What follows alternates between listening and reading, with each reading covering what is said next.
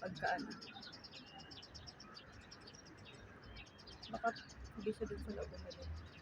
Yan, sa Bendo. Pwede naman sa Bendo. 9:30 din sa Bendo. Tignan ko. Pero hindi sila natanggap ng cash. Kailangan card lang. Ay, sa Bendo? Yeah. Nakita ko eh.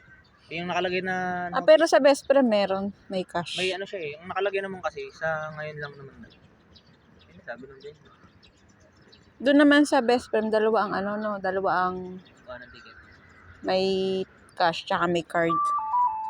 Yan, andyan na yung trend. Személyvonat érkezik Balatonfüred felől a második vágányra, és indul tovább Székesfehérvárra. A vonat minden állomáson és megállóhelyen megáll. A vágány Yan na ba yung, mellett yan na ba yung ano natin?